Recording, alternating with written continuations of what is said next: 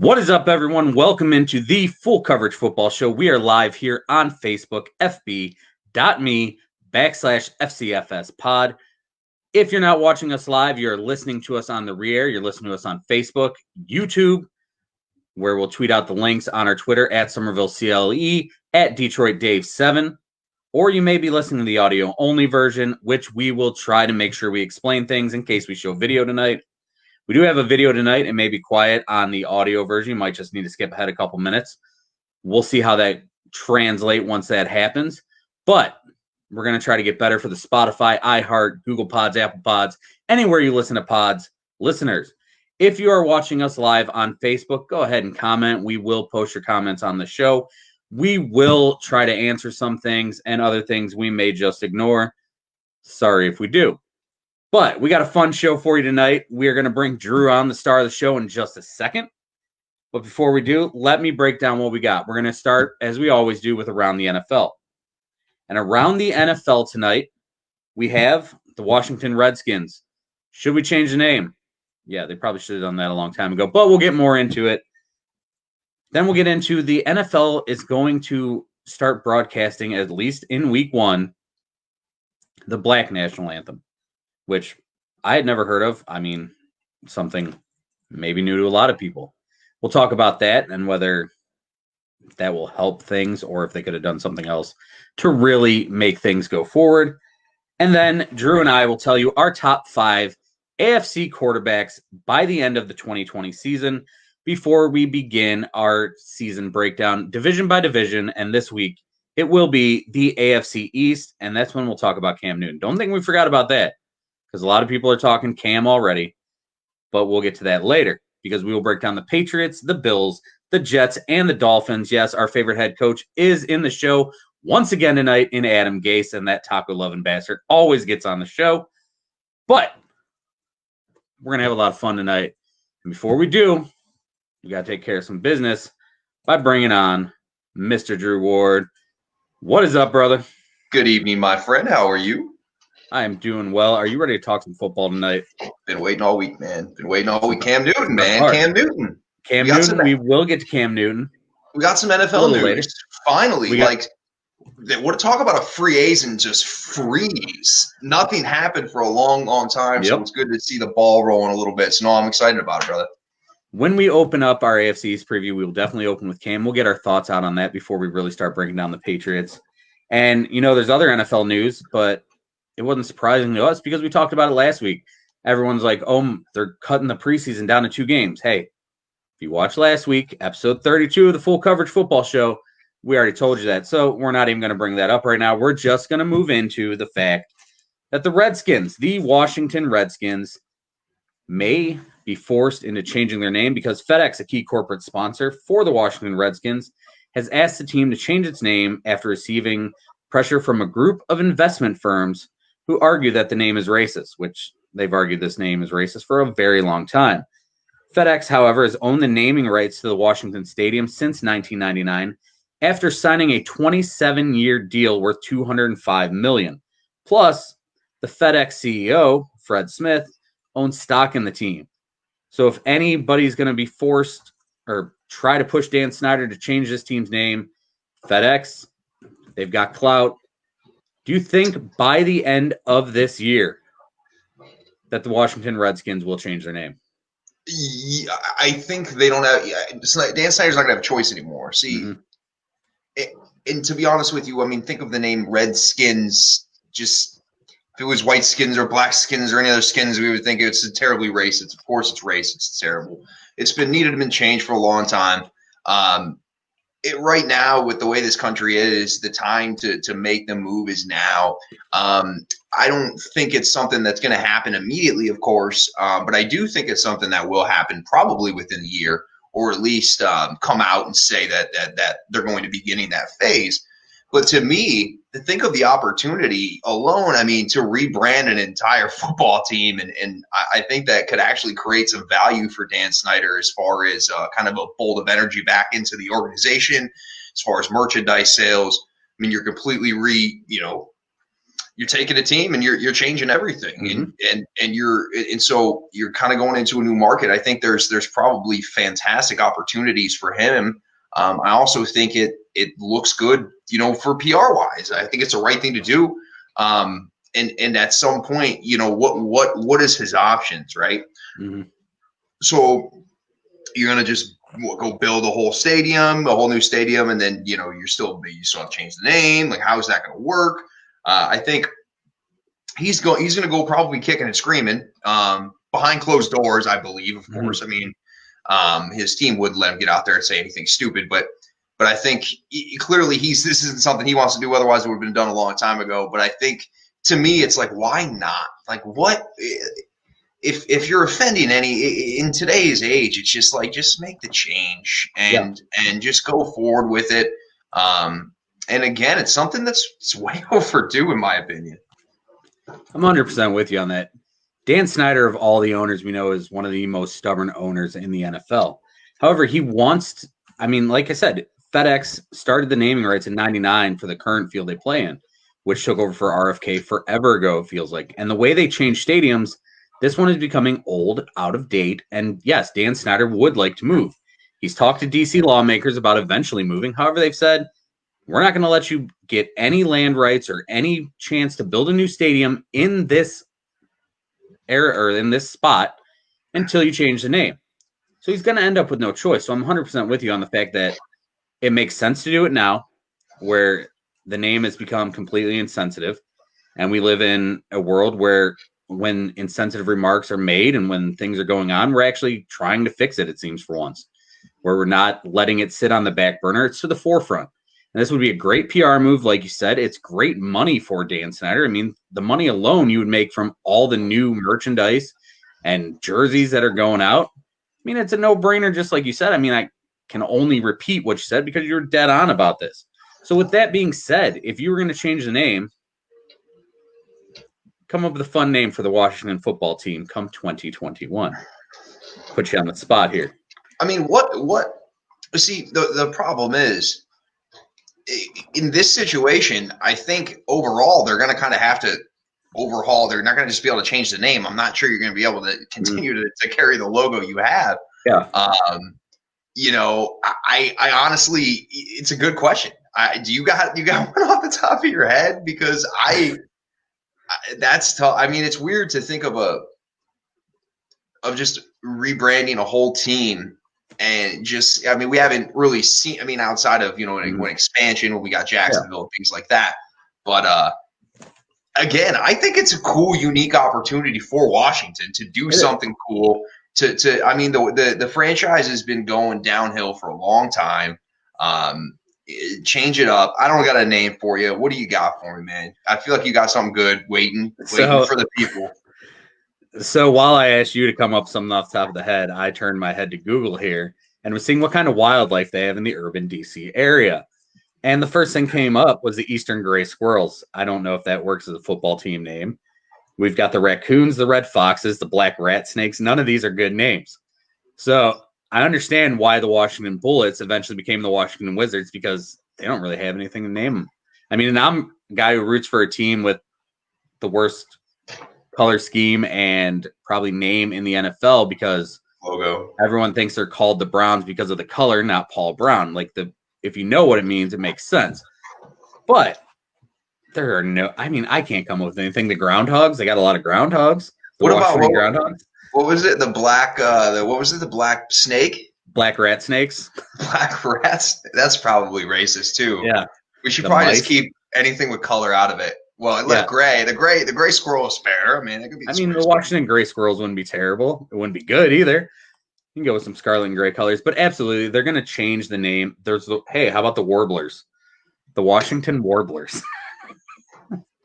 The Washington Wood Thrusts. Yeah, I have no name for you. Either way, make it fun for the fans. Like, bring social media content in. Let the fans vote on some names. Let them give you ideas. I mean, you don't even need to hire marketing teams anymore for this. Like, back in the day, teams need to be like, oh, help us out. Get a marketing team together. Then we'll put stuff in the paper. You can do this stuff instantly on Twitter, Instagram, Facebook, whatever you want to do. So they have a great opportunity to do a lot of things. Yes, they need to get rid of the name. They need to get rid of the logo. And I know people are going to probably comment to me. I know friends who watch this are going to be like, well, you root for the Cleveland Indians. Yeah, Indians, a lot of people, we get like 5 or 6 people at opening day protesting the name. Indians isn't nearly as racist as Redskins, but hey, if they want to change the Indians name, go ahead. Because I'm going to need to buy some new jerseys anyways once Francisco Lindor is gone. So, yeah, I'm fine with changing that too, just so I don't come off as a hypocrite. But I got no names for you. How about this? Anyone who watches this show, listens to the show, send us something on Facebook, fb.me/FCFSpod. Hit me up on Twitter at SomervilleCLE. Hit Drew up at DetroitDave7 or comment here on the Facebook page as you're watching. What's a good name for the Washington NFL franchise? The Fighting Snyders? That logo would be great. Yeah, man. I love it. So, yeah, well, I mean, I feel like lately all we've talked about with the NFL is race issues and battling, but it's something, like I said, that it's good that the back burners come to the forefront and it's actually being talked about and things are being changed. And with that being said, the NFL announced today that during week 1, they will play the Black National Anthem, which I didn't even know existed, and now I do. Lift Every Voice and Sing, which was written at a pivotal time in America when Jim Crow laws started replacing slavery and African Americans were searching for an identity. Now, is this the NFL doing something to actually help racial issues in the United States, or is this them? We talked about last week. I mean, them doing what they do. Who the hell knew there was a Black National Anthem? With all due respect, I never heard of a Black National Anthem. And here's my point. Stop having the players on the damn field for the National Anthem in the first place. It's stupid. Just stop. Like, I don't understand it. Just not have the players on the field. We don't have to see anybody kneel. I mean, I guess for them, that's their platform, right? Mm-hmm. And I get that, but I think we've gotten to a point where this should have been done a long time ago. We should have just put a stop to it. You could still play the national anthem. Just leave everybody in every sport in there. And again, let's get the politics out of our sport, man. That's not why we watch sports. We don't need politics in our sport. I think if the NFL thinks they're being genuine, everybody knows they're not. We talk about this all the time. They're great at painting things and making them look better than they really are. And I think I don't think exactly. And I don't think the African American community is asking for all this dumb shit. Stupid shows getting taken off of television, dumb crap like this. They're not asking. I mean, they're wanting change. They're not asking for us to not show a television show that has. I mean, things are getting crazy. They completely the show that we watch all the time, the police PD show, live PD, they cancel that. It's just wild, and I think the NFL again trying to do the right thing, but us that watch the NFL and pay attention to the NFL kind of know what the NFL is doing here. It's a typical Roger Goodell move, and we'll see. And is it just going to be for the first week? Who knows with the NFL? If the NFL really wanted to save face and be genuine about the black players, the African American community, acknowledge that you were wrong about the Colin Kaepernick situation. Acknowledge the fact that for every person, there's so many. My entire Facebook feed at halftime is filled with people like, why do these people have to riot? Why do they have to be so loud? Because nobody listened when things were quiet. The kneeling was a quiet protest. And if you would have just listened then about what it truly was about, rather than be like, my brother fights in Iraq, you hate him. No, that's never what it was about. It was never about not caring about the military. It wasn't necessarily disrespecting the flag. It was about bringing eyes to the fact that police brutality was going on constantly in the African-American community, and everyone was turning a blind eye to it. Now, we've talked about Colin Kaepernick on this show many times. We weren't big fans of him as the player. We understood what he was trying to do.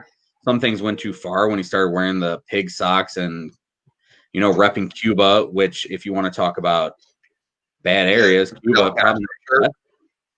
I mean, he's also not a shirt that he wore to his workout that he moved 30 minutes before it happened. And we said before that it was probably a ploy by the NFL to get exposure and be like, oh, we're letting him back in. And then it was probably not a good look for him to do that. However, if ever the NFL would have just listened from the beginning, none of this would have had to happen. So, yeah, it's great. Okay, you want to try to bring the African-American voice in by letting the, Black national anthem, which I'd never heard of before, and now we have, and something we learn, and we're cool with that.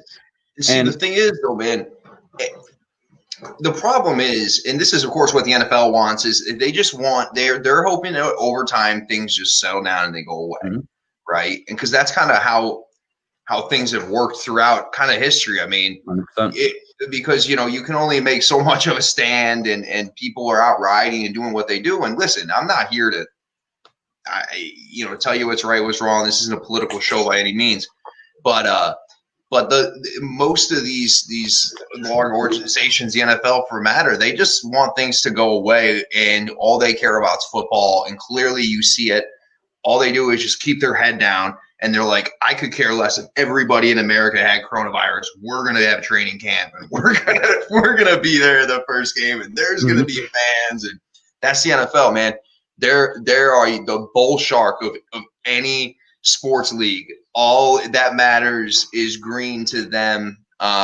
Listen, we love their product, and I don't think we make any mistake that they are out for money and they player safety and breast cancer and military and Black lives, and these things don't necessarily matter to the NFL. And I think people see through it, but maybe they don't. 100% dead on. And one thing, before we move on to our next subject, we're talking about them probably playing no matter what, because if anyone's going to get through it, somehow the NFL will. And when this is a sport where you're breathing on people the most, when you're on top of people, where your saliva is spit across them. I mean, you got defensive and offensive linemen smashing into each other on every play. Like, this is the most contact sport there is. And of all sports, for some reason, we all think, oh, the NFL's somehow going to do it because. And they're gonna fly from state across the country like they normally do. They're gonna go. There's gonna be fans in stadiums. I mean, listen, give it to the NBA. At least their concept of going to this bubble in Orlando makes some sense, because you are limiting exposure. You're talking. I read something today that just to limit exposure, they're thinking of cutting like 90 to 80 players that can travel the team. So. In theory, you said it might make sense, but there's still 80 guys. I mean, how much exposure are we limiting by cutting it from 90 to 80? The NFL it's scary what's going to happen if Mahomes and Tyreek Hill get coronavirus. I mean, exactly. It's going to be wild. And these guys are on planes with each other and things like that. And you can only test so much, and you can get false negatives and false positives, and it will be very interesting to see. But again, NFL says, I don't give a damn about you, coronavirus. We are the NFL. And coronavirus might just have something to say about that. I saw someone posted on Twitter that they wondered why the NFL hadn't thought of playing overseas, where coronavirus numbers are going down. You've got all these giant soccer stadiums. You can still broadcast it to United States, but you can also make sure that, hey, you're seeing the NFL product. They love to play in London. Bring it overseas where the numbers are down, where guys may be safer, or maybe they don't want us Americans over there, which is a big thing. A lot of people overseas don't want Americans coming over because they're carrying the coronavirus, but I'm sure the NFL would be able to make it. Why not play in some of these giant soccer stadiums? I don't know how I feel about that. I mean, I get it. I do get it, but I don't know. And listen, I would do basically almost anything to watch football. And so, of course, if they went there and it worked, and I'm all for it. But, man, the most American game, you're going to just take it over to frickin' soccer-ass land and play 16 games? There's just something that doesn't sit well with me with that. Like, I don't like that. Like, sounds like the worst amusement park ever. But no, I mean, trust me, though, if they went there and it worked, I'd be all for it, and I'd still watch the games. But at the same time, it's like, damn, and the other thing is, with sports here, people don't understand how the NFL and games and things boost the economy and the supporting and the surrounding restaurants, bars, and things like that. And again, that's not something I necessarily want to go over to Europe and just personally. But hey, I mean, again, selfishly for me, shit, they could play anywhere. They could play in North Korea. I'm watching. That's the thing that's going to suck this NFL season, is that all these players, they're going to be playing in empty stadiums. And yeah, we were like, oh, the players got to play in empty stadiums, but all these bars and restaurants surrounding these stadiums that bank on this or the fall season, it's going to kill them, and it's going to downtown Cleveland and downtown Cleveland. If you've never been to downtown Cleveland, it's actually a lovely setup, kind of similar to Detroit, where you kind of have all your stadiums within. I mean, I know going down to the football stadium is about a mile and a half from the Progressive Field, but you got Progressive Field, you got Rocket Mortgage Fieldhouse, and you have just bars and restaurants and all in between, and it's a wonderful atmosphere to go down and to have some drinks, get a bite to eat before the game, and there is millions and millions and millions of dollars that may not go to businesses that need it, and you got to think of the impact of that.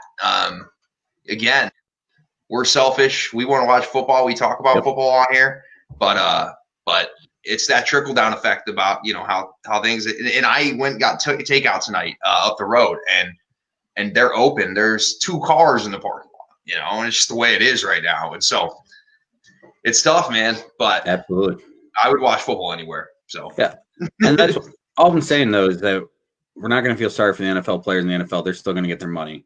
It's other people you're going to feel sorry for. And then when I'm thinking about that, the trickle down effect, not only think about the college game. Think about coming out to Enter Sandman to 106,000 people in Blacksburg. Think about the way these kids come onto the field, and hopefully the NCAA is going to give all these kids a waiver for an extra year so they get to experience their full-on college career. And that is something we're definitely going to have to talk about. Yeah, make no mistake about it, too. NFL is a fantasy football TV sport. College football is a in-person, live, 110,000 craze fest. Now, you can tell me, yes, the NFL is like that, but the NFL is at 70% capacity at most of some of these college stadiums. Yeah. And you got student sections. College football is a different animal. Those are the experiences that you won't get at the NFL that you can in college. And you're right. It'd be hard to see a lot of those kids who work their ass off to get where they are to just kind of have things end as they are now. So we'll see. Absolutely. And that's something we'll bring up on a future show here. But moving on now to the next topic as we finish up our Around the NFL section here. Our top 5 AFC QBs by the end of the 2020 season. I'll let you go first. Is Cam Newton in your top 5 by the end of the 2020 season? No. Who's number 5 for you? Ryan Tannehill. Ryan Tannehill? All right. It's not great. No. You know what? Yeah. No, you're right. I will go with Ryan Tannehill at number 5. All right. Number 4. Oh, I'm going with all of them? I'll let you hear. I'll go with all yours first. All right. Ben Roethlisberger. Okay. Number 3. Number 4. Number 3. I didn't even write my list down. I'm going off the top of my head. That's how I like to do it. So I think the top 3 are pretty much set in stone for the AFC. Well, correct. But, I mean, I would have Mahomes at 1, Watson at 2. Okay, and then number 3, would you keep the MVP or would you have him down further on the list by the end of the season? No, he's definitely at 3. Okay. I definitely think, listen, the top 3 are set in stone. I think you can flip Lamar. You certainly can't flip either of those guys or Patrick Mahomes right now, but you can flip Lamar Jackson and Deshaun Watson.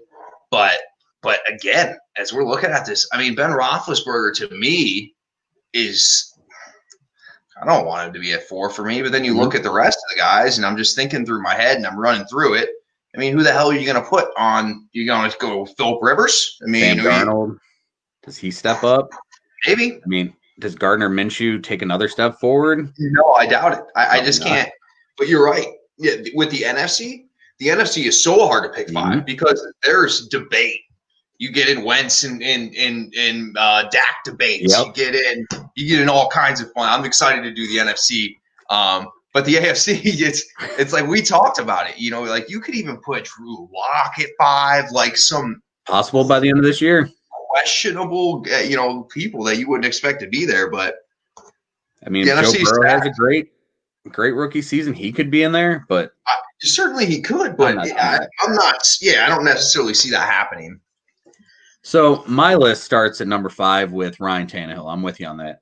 Tannehill is just solid enough to have okay numbers and be decent. And in the AFC, the quarterback play is not great. At number 4, I have Lamar Jackson. I think he's going to have a good year, but maybe not as good as last year. At number 3, and this could be a homer pick, I do have his jersey hanging up behind me, but I expect him to bounce back in a better setup offense, Baker Mayfield, by the end of the 2020 season. Possibly. Number 2, Deshaun Watson. And number 1, Pat Mahomes. I mean, Pat Mahomes is the best quarterback on the planet. We've talked about it many times. Oh, so wait. So you're telling me that we sit here next year and that you will think that Baker Mayfield is at a higher level than Lamar Jackson? I think it's possible. Okay. I just want to clarify where we were. Yeah. Fair enough. And I'm certainly possible. More than likely, Lamar breaks his leg. More than likely, I'm going to be wrong. And I'll admit that when I'm wrong. But I look at what Baker did his rookie year with a Hugh Jackson offense. And then last year. Don't put Hugh down now. I mean, Hugh Jackson, baby. Hugh Jackson's here, baby. But as an OC, phenomenal. As a head coach, not so good. And then last year with Fred Flintstone calling plays and trying to save his job rather than do what was good for his team, that whole offense was so messed up that I really think Baker can still ascend. Now, if he doesn't, I'm going to rip his ass. Guarantee you that, because this kid's got the talent. I don't want to hear any more about the chips and all that. Maybe he still has a chip on his shoulder, whatever. I don't give a shit about this is his year. With its offense, the way it's set up. If Baker doesn't win this year, dude, we're not even going to talk about it yet. But you know what I'm going to say. I mean, if Baker needs to put up or shut up this year, because the year he had last year, if he comes out and plays like he did last year, you may be in the search for another quarterback, and you're certainly questioning picking up any fifth-year option. That's certainly for sure. I mean, definitely going to be something they have to think about. But I agree with you where, I mean, listen, it's tough. You hope the kid's still confident. I don't think Baker Mayfield has a confidence issue, maybe an overconfidence issue, but he got beat around pretty good. He threw a lot of interceptions last year, and he looked like shit at a lot of the time. So, and again, we know we think we know that there would be a game plan in place for the Browns, and then they would blow up the day before the game, and it was chaos. OBJ was injured. The thing is they still ran the ball productively last year, and that was somewhat concerning to me too, with the way Baker played, because when you're running the ball that well, he should have had way more easy throws. We talked about, not to get into, we talked about route concepts and how they was. I mean, Baker Mayfield's a quick hitting guy. He gets it out of his hands quick, and they did not do any favors for him last year. Absolutely. And got him beat up. Absolutely. And next week we will talk about the AFC North, where we had 3 quarterbacks between the 2 of us in the top 5. So that is a tough division. So wins may be hard to come by for some teams, but you're going to need your quarterback to step up. So we'll see how they do. Now, what we're doing here is each week we do a division with the AFC East. We're doing the top 5 quarterbacks. Next week, we'll do the top 5 running backs with the North, top 5 wide receivers, tight ends, and then top 5 defenders as we do 4 divisions. And then we'll move on to the NFC. So coming up in a little bit, we're going to get into that. But before we do, we're going to take a little break here. We're going to flip a commercial for one of our sponsors. As you know, every time you watch this show, if you're watching the show, our sponsors scroll across the bottom of the screen. For those listening on the audio version, that's Manhattan Deli Munner, 440-974-0055. Concealed Carry Firearms Training, 440-391-4118. And Kitty Cove Daycare at Kitty Cove OH on Facebook. You got it. Oh, it was coming close, dude. You were coming close. That was about to be off the screen. I was like, oh shit, he's pushing it real close. I was like, I tried to need to read it fast, and then now I'm stuttering. I got my tongue all tangled. But yeah, I was like, I got to read this fast, and I have to try to be precise and clear, and that's usually when I do my best work. But with that being said, Drew and I will be back in just a second. I don't know if you're going to have audio on this. We're still figuring out the new system, but you got some really good pictures to look at. For those of you on the audio only version, if you're not hearing anything, skip ahead about 2.5 minutes, and we will meet you on the other side with our AFC East preview, which will begin right after this. So enjoy.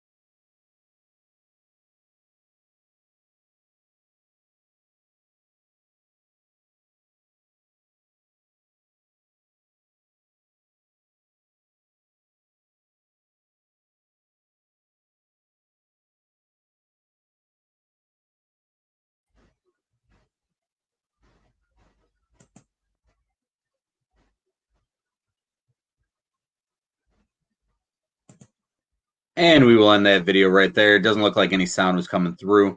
However, we do want to thank our sponsors, Manhattan Deli Menor, Kitty Cove Daycare, and Concealed Carry Firearms Training. And we come back with some breaking news. Nike has already taken a stand and removed all their Redskins merch from their website. Nike starts doing this stuff. It looks like you really got to start making changes because Nike runs at the world, basically, Disney and Nike. Well, so we know Nike stand, right? Nike, in Nike's defense, Nike paid Colin Kaepernick some ridiculous amount of money. Basically, wasn't playing football basically at the time, just to promote this cause. And fair, and you know what, good for them. But again, if you're Dan Snyder, like you said, Nike is pretty popular, and and they kind of move the needle in the athletic apparel, things like that. This is a big stepping stone. This actually, the more I thought about it, the more I think it's going to have to. We're going to have to hear from Dan Snyder here sooner than later, I would think. Or he'd be Dan Snyder and just let the shit crumble right in front of his face and not say anything to anybody. But I think you have to now. Good for Nike for taking a stand. It's just, again, funny how the timing is that Nike's all of a sudden like, oh, no, now this is a big deal to us. And yeah. What changed? FedEx and their power inside the Washington Redskins. That's what changed. And Nike's like, you know what? We really like our green, and we want people to keep buying. So, yeah, we're going to take a stand on this. Maybe it's PR, maybe it's not. With that being said, let's get in to our AFC East preview. And we're going to start with the team that won the division last year, the 12-4 New England Patriots, led by Bill Belichick and Tom Brady, except one of those guys is gone. And he has been replaced by Superman, Cam Newton. Cam Newton, good signing for the Patriots or nah? Yeah. I mean, why the hell not? I mean, I'm not going to sit here and tell you I think Cam Newton's great. I can't tell you I think his arm's going to be intact by the end of the season. I think the arm might go with the ball on one of these throws when he's throwing deep. Listen, Cam Newton's a special player. He's a talented player. He's just absolutely huge.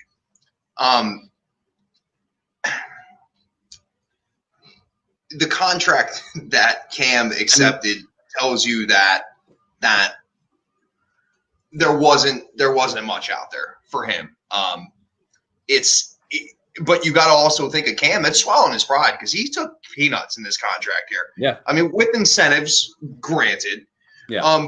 But to answer your question, yes, it's a great move for New England because we don't know Jared Stidham's any good at all. And right now we're watching highlights, and we're about a minute and a half into these highlights for those listening on the audio version, and we haven't seen Cam throw a pass. So this is 2016 MVP season. This boy hasn't thrown a pass yet. So this is a guy whose arm, may go with the ball, but are they going to try to run him like this in New England, do you think? Yeah, well, let's look at the roster in general. I mean, I know we're going to touch on it, but you can't sit here and tell me, even though they have Cam Newton, that roster is somewhat depleted. They had a lot of departures at key positions. One of them being the greatest quarterback of all time. Yep. They don't have a lot of weapons as far as receivers go.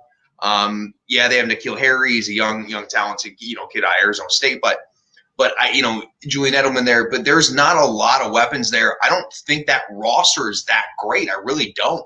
I think that you could argue it may be the third or fourth best roster in the AFC East. So to me, it's a great signing for New England because roll the dice. To answer your question about that, yes, they will try to use him like that because Bill Belichick will run the damn dude to death and let him go the next year. No problems. 100%. I mean, and so and I think with the weapons they have and the roster they have, I think they do have some ability and athleticism in the backfield, and I think that they're going to try to do some of that play action. Slight option. I mean, have you ever seen a quarterback get a yard that needed a yard like Cam Newton in your life? No. He was the best. He still may be the best. I got concerns about throwing the ball. I got concerns about the receivers. I got concerns about the whole roster in New England. But, I mean, it's tough to question Belichick. However, great move for them. Got him for nothing. And you got teams like, Nick Foles got signed by the Bears for a small fortune, and Chase Daniel as well. They gave up picks for him. That's the crazy thing about it. And Richard Sherman came out and he's like, it's unbelievable, basically, that Cam got signed for peanuts. And Jameis got signed for peanuts. Meanwhile, Chase Daniel gets signed for $13 million.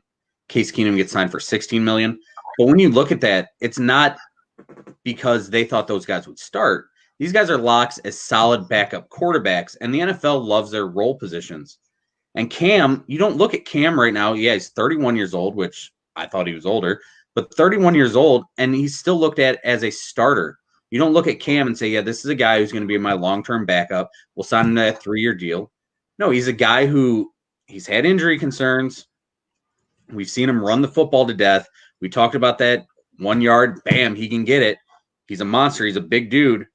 MVP. He's been in the Super Bowl, man. Cam's, listen, we don't dispute what Cam was. What is Cam now? And I'll tell you, the last time I saw him play live, his arm, he couldn't lift it. Couldn't lift his shoulder. So everything was like a tomahawk chop here where he was just kind of going like this with the flick of the wrist. And great quarterback at one time. Let's see what he can do. This should be a prove-it year. Those $8 million in incentives should push Cam to force himself to do everything he can to win this job. And I don't even think that's a guarantee. So let's get into the Patriots. Day one, Jarrett Stidham starts or Cam Newton starts. Opening day. Jarrett Stidham. I'm with you. I think Jarrett Stidham is their guy still. Let's talk. I mean, let's just think about it. We're down to 2 preseason games. We're going to have a tiny mini camp or training camp that's going to be condensed. We don't even know actually what's going to happen. There's just not going to be a lot of time for Cam to get caught up to speed on pretty much everybody understands to be one of the more complex schemes in the entire league. So what Josh McDaniels does there, listen, Cam Newton's eventually going to start.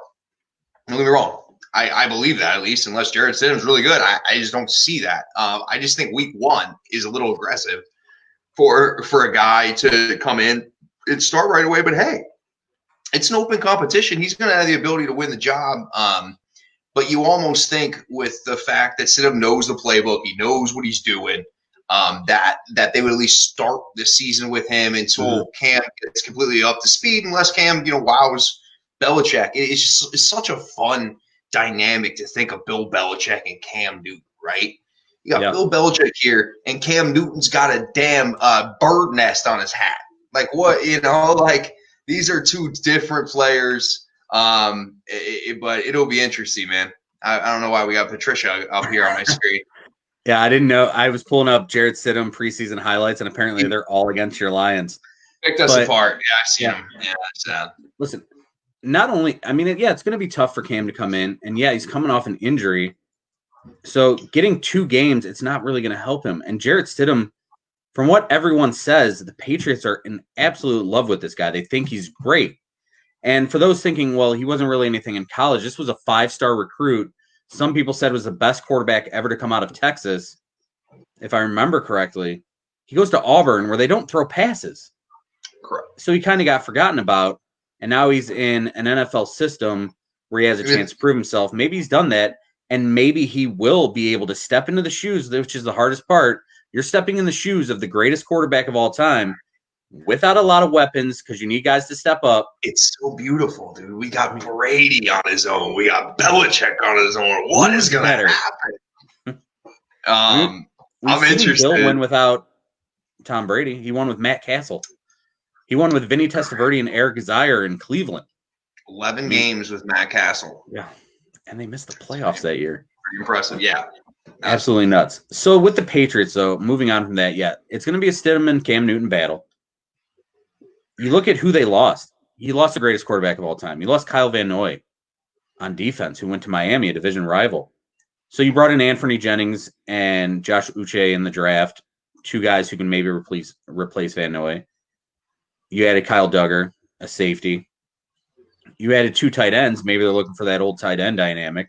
Devin Asiasi and Dalton Keene. But for this team to really move forward, this wide receiver group needs to step up. Mohamed Sanu needs to step up. N'Keal Harry needs to stay healthy and prove why he was a first-round pick. And you need to figure out your running game. You have talent in the backfield, but figure out what to do with it. Sony Michel got ghosted sometimes in games last year. And I know that's classic Belichick. I get it.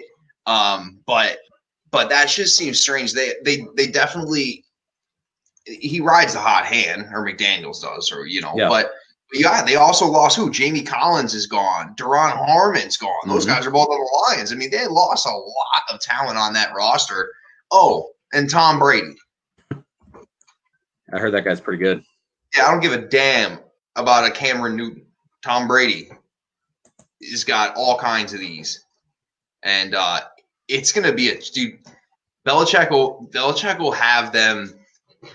I'm sure we'll do our predictions at some point here, but he's not going to have them no embarrassing team out there winning only 5 or 6 games. Absolutely.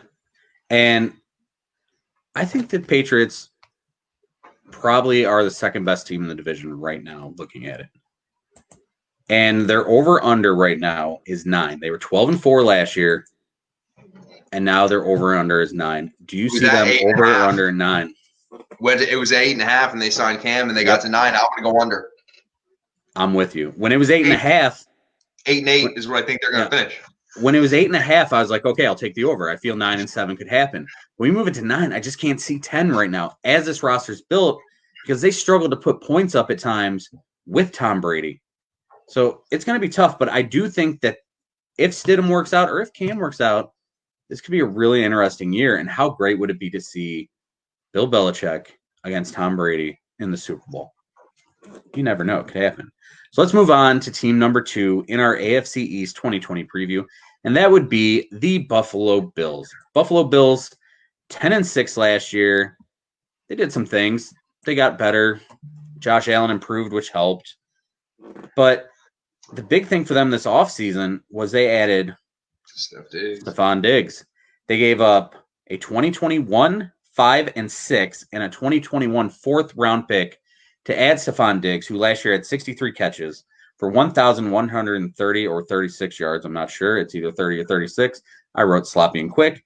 And 6 scores with Kirk Cousins in the Kevin Stefanski Minnesota Vikings offense.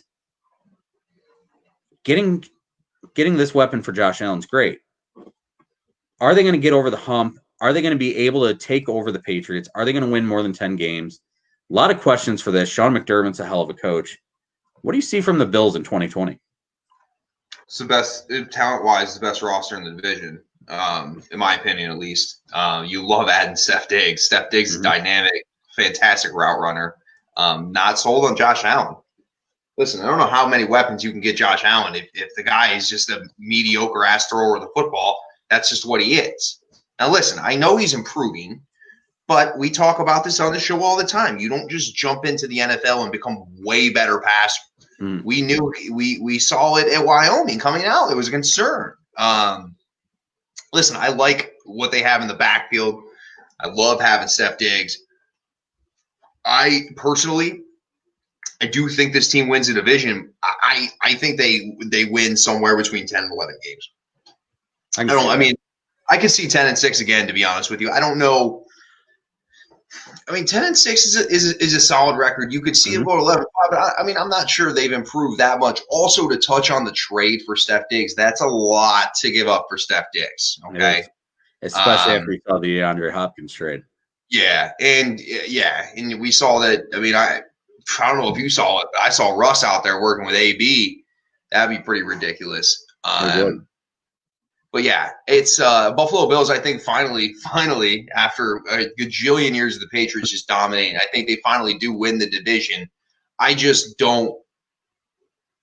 I'm not 100% sold at all on Josh Allen. His ability to run the ball is a wrinkle that's been very refreshing, especially for the Bills organization in the way that they run that offense. But he's got to improve throwing the ball slightly. There's too many games where they just go a quarter and a half without really moving the ball at all. And it's just a lot of stress on that defense, which is elite defense. But that's kind of where I'm at with the Bills. I like them. I don't love them. I'm with you. This defense, they're studs everywhere. Tre'Davious White might be the best corner in the league. He's that good. I mean, Edmonds at linebacker, hell of a player. I mean, you've got so much depth. Ed Oliver is going to step up. That defense can win a lot of games. That defense didn't need an Ed Oliver, but they got an Ed Oliver because that's what good defenses do. Trust me, I was high. I remember we were talking draft. I mean, out of Houston, he's had what legal trouble already, I believe. Not to get too far off base, but he was one of those guys that was on the Lions' radar, and I liked him a lot. But he had maturity issues at Houston as well. Got to fight with his coach. You like the talent. Hopefully, the kid has his head screwed on correctly. But yeah, that defense is elite, and that defense keeps Josh Allen and the boys in the game. But remember last year when Steph Diggs was frustrated, as was Adam Thielen early on with Kirk Cousins. I think there's going to be times where it's going to be difficult to get Steph Diggs the ball, and there could be some frustration there on his end, because I think Kirk Cousins is a way better thrower of the football at this point than Josh Allen. And so we'll see where that goes, and it'll be interesting to see. But they're talented, man. They got talent everywhere on that roster. They're definitely talented. I like Devin Singletary in the backfield. Brown and Diggs at wide receiver are good. They've got some solid tight ends. I mean, it really comes down to, you look at Josh Allen's numbers: 20 touchdowns, 9 interceptions, 3,089 yards. Good numbers. And the guy's a winner. He's a fiery leader. The things he did against Dallas, that game where he just took the ball and he got the first down, he's like Cam Newton, the way he plays. But the inaccuracy, 58% completion percentage, not what you want from an NFL starter. And we talked out of Wyoming. That was an issue. You remember that draft specifically because you were drafting number one again. It's where you took Baker Mayfield. And Josh Allen was certainly a quarterback on that radar, as was Sam Darnold. So you knew that there was an accuracy concerns coming out of college. And my thing with he played at a smaller school. My thing with quarterbacks coming out is you can't teach accuracy. So you can get better at a lot of things, but your accuracy usually doesn't improve. And sometimes it does. Sometimes guys do so much changing in mechanics it can. That's the big thing. Does Josh Allen improve accuracy? Do they keep Stephon Diggs happy? And if they do, this is a really good football team led by a great football coach in Sean McDermott. And they're going to be a lot of fun. So their over-under this year is 9. Are you taking the over? Are you sticking with more than 10 wins? I am also going to take the over. I think 10-6 is definitely possible. I see them winning this division. I think there's that. Are you writing this down? Nope, but I will now that you mentioned it. Or we could always go back and watch tape. No, I guess we can do that. Because I never know what happens to my notes after the show half the time anyway. Just so we can, I'm sure we'll just be talking shit throughout the season. But yeah, under on the Pats. I think the Nines. I think the 9's a safe, kind of a safe over, in my opinion, with that division. We'll get. I don't know, man. It's going to be fun. I think this is a really interesting division. It's hard. Absolutely. And I think the most interesting team in this division is our boy, Adam Gase. He's rich. He loves tacos. And the New York Jets. The Jets, 7-9 last year. They got better in the draft. They had a really good draft with Mekhi Becton, Denzel Mims, Ashton Davis. Had a great draft. One of the better drafts in the league, in my opinion. I'm with you. I thought it was a great draft. But the biggest thing hanging over their head, we've talked about it 2 weeks in a row, are they going to have Jamal Adams day one? And that is a key thing to their defense and how good this team can be going into 2020. We've both said we think he's there day one. I think they need to pay him, get him happy, then you can continue on. But for the Jets, you look at what they've got. They're getting better as far as depth-wise with their wide receiver core. You need to give Sammy Darnold weapons. But are these players going to actually play for Adam Gase, who it seems everyone just hates? Why is this fighting with me right now? But anyway, we'll show it in small screen there.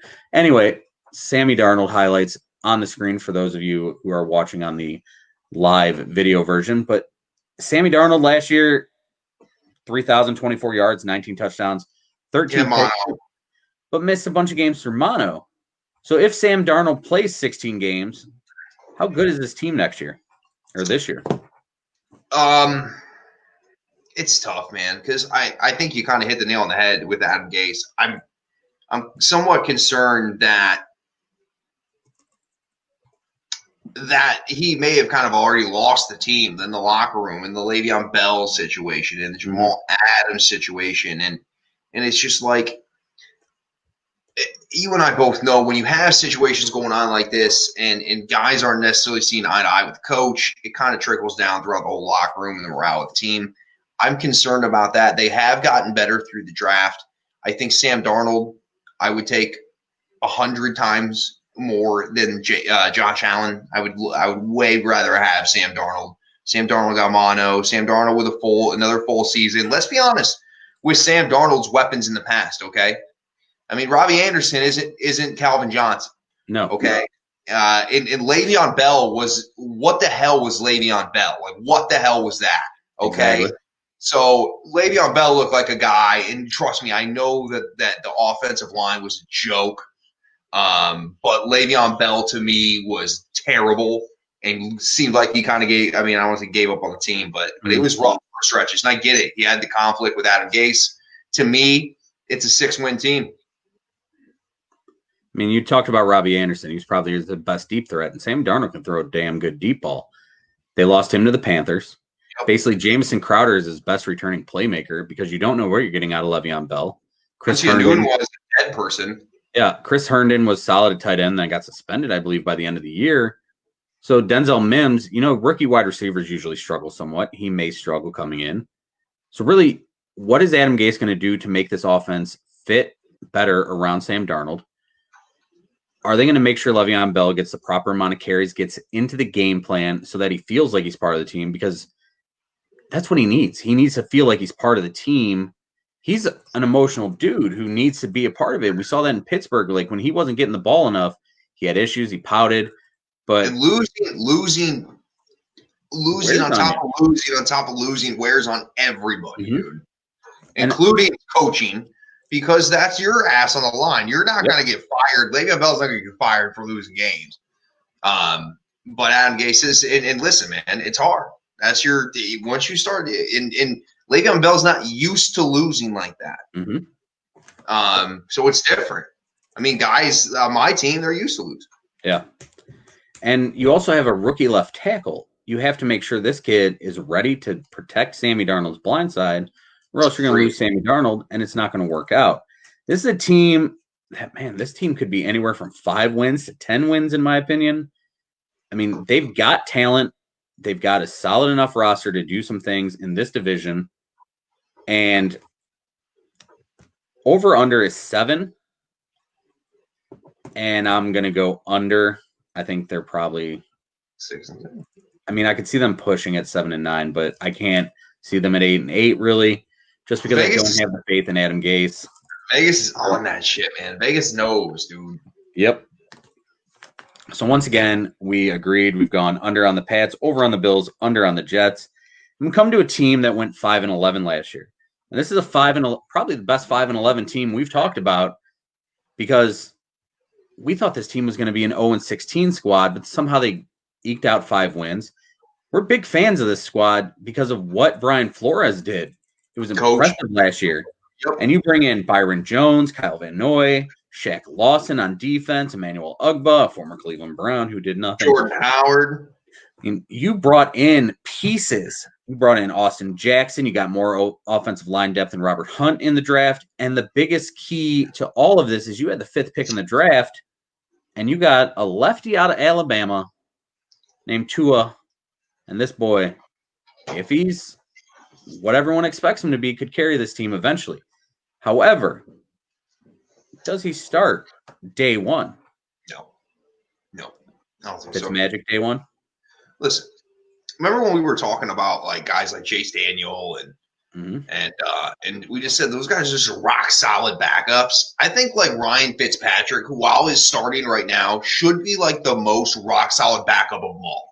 Like, if there was a list of, like, badass backup quarterbacks, I feel like he should be top-tier backup. Right now, he's a starter, but he's a great bridge quarterback. I love what Miami's done. They had so much capital. They didn't have to move off 5 to go up and get their guy.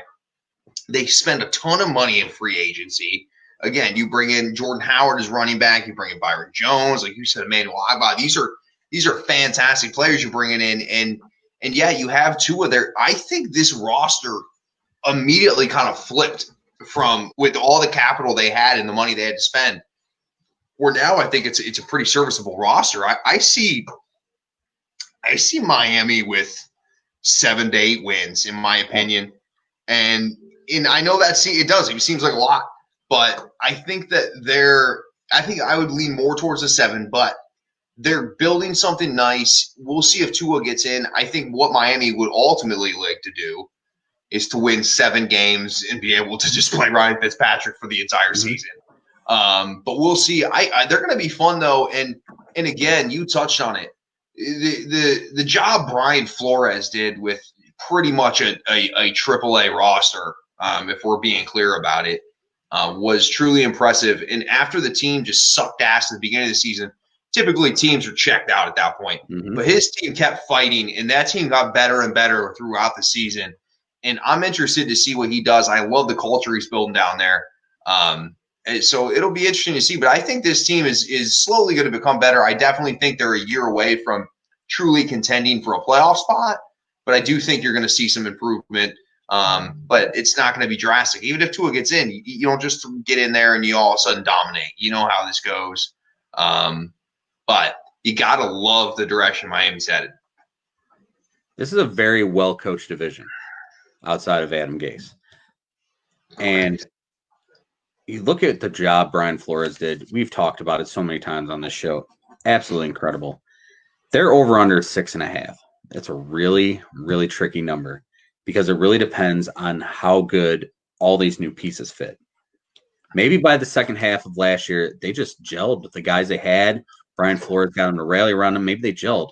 And we know that in football, the dream teams never work. So when you bring in a lot of new guys. Remember the Eagles, dude? Yeah, remember that Eagles team? Yeah, that was. Vince Young said they were the dream team. They were terrible. The Browns last year, everyone's sweethearts, and they were god-awful.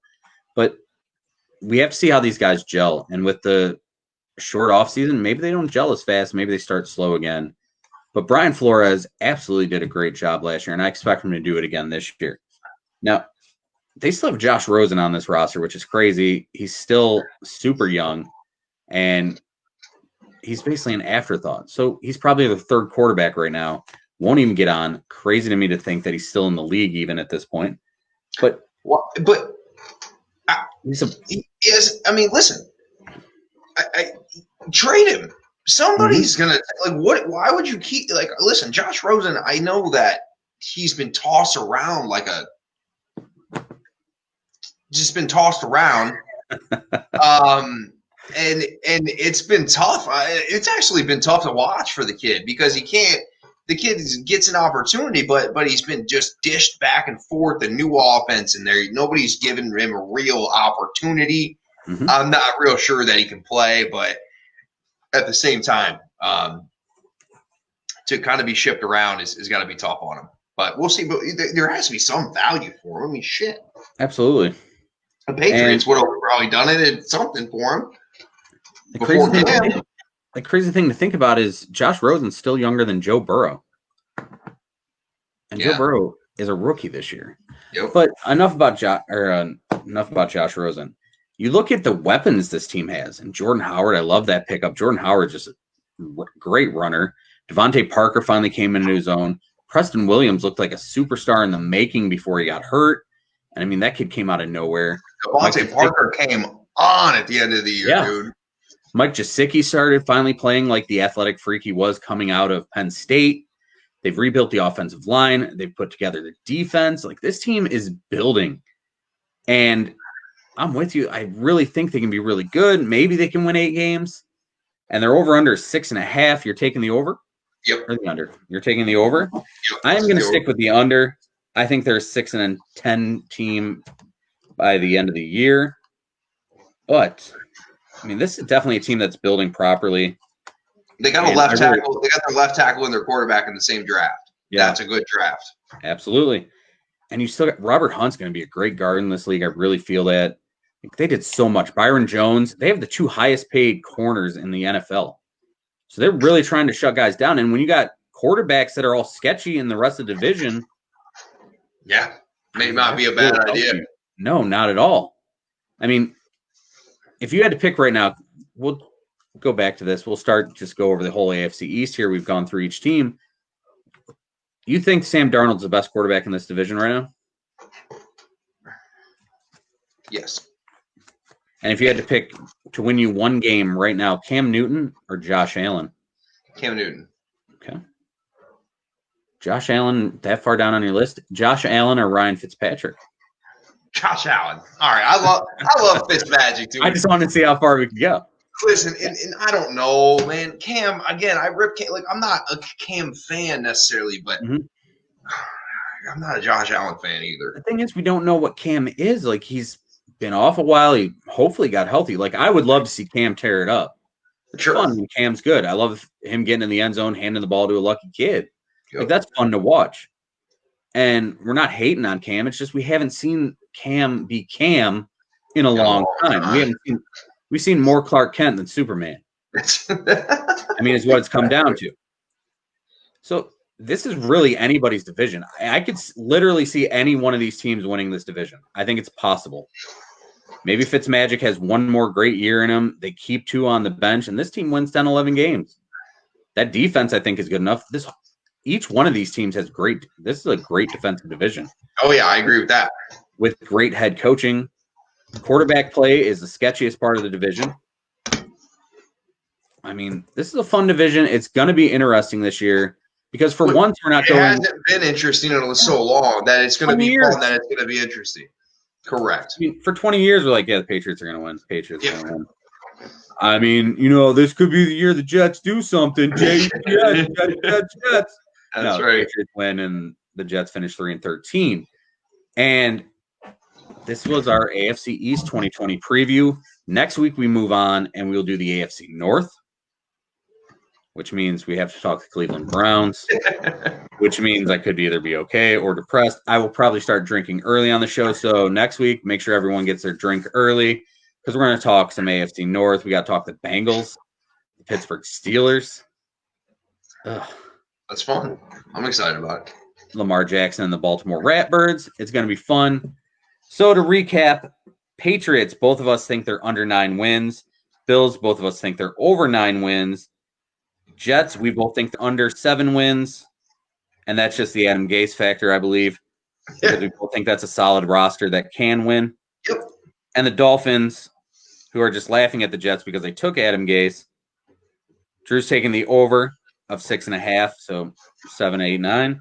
And I'm taking the under. I think they're a 6-10 team at the end of the day, but it's going to be fun. It's going to be interesting to see how this division goes. And we just hope they get a full season to play. And we hope we have our football. I mean, that's what we're really thinking of. That's right. Looking towards the weekend here, it is going to be the 4th of July. We hope everyone has a great 4th of July. So to end the show tonight, usually I'll figure out it's National Whatever Day. I didn't even bother looking today.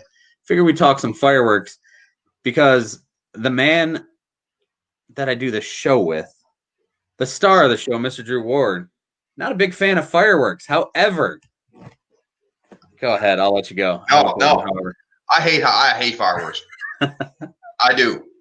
Here's the thing I have. I have a problem with dumbasses in my neighborhood and other neighborhoods lighting fireworks. Fireworks should be done by professionals. I don't want – my dog hates you. I hate you. I go to bed typically at a reasonable time. Don't blow your damn fireworks off in the middle of the night. Apparently in America recently there's been like just things where people are just lighting off fireworks. I don't know what this is. This needs to stop.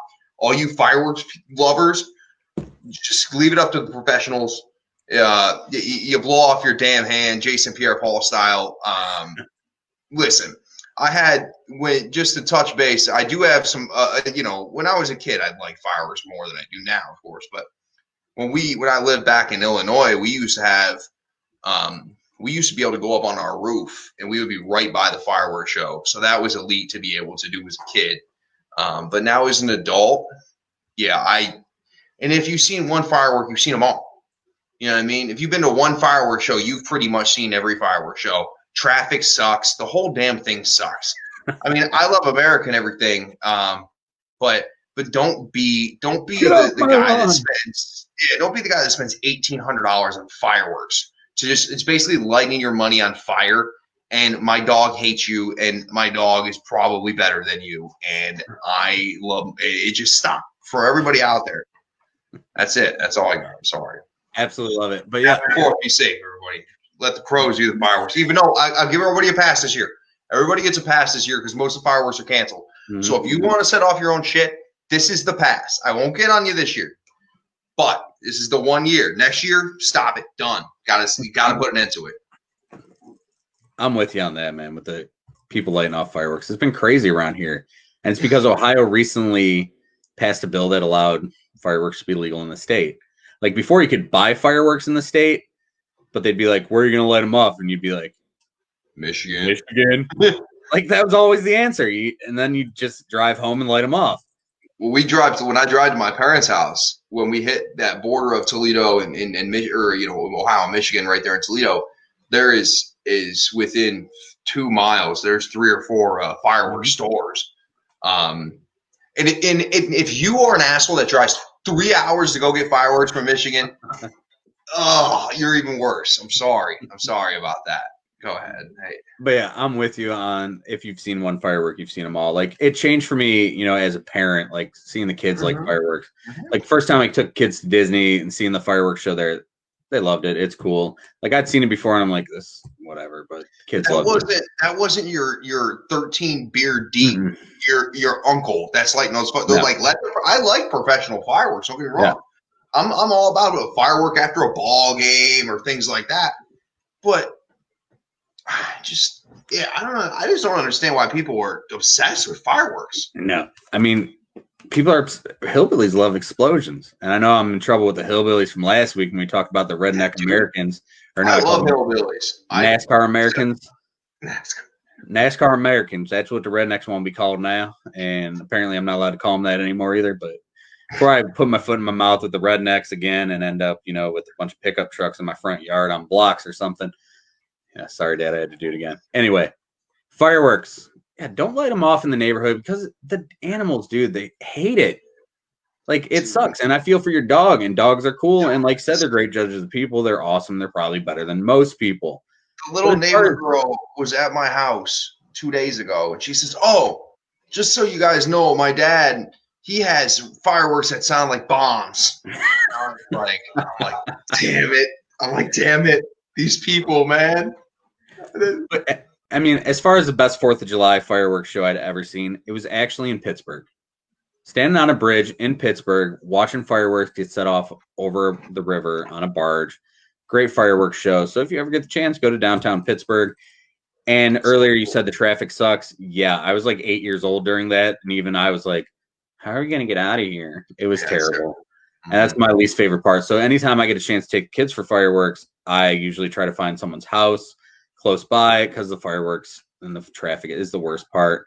But to everyone, have fun, be safe. Yeah, be safe. Balls. We don't need you coming out with a claw next week. And if you do, go ahead and send it to us because I want to see it and laugh at you. But be safe. Happy birthday, America. Have a good one. And enjoy your weekend.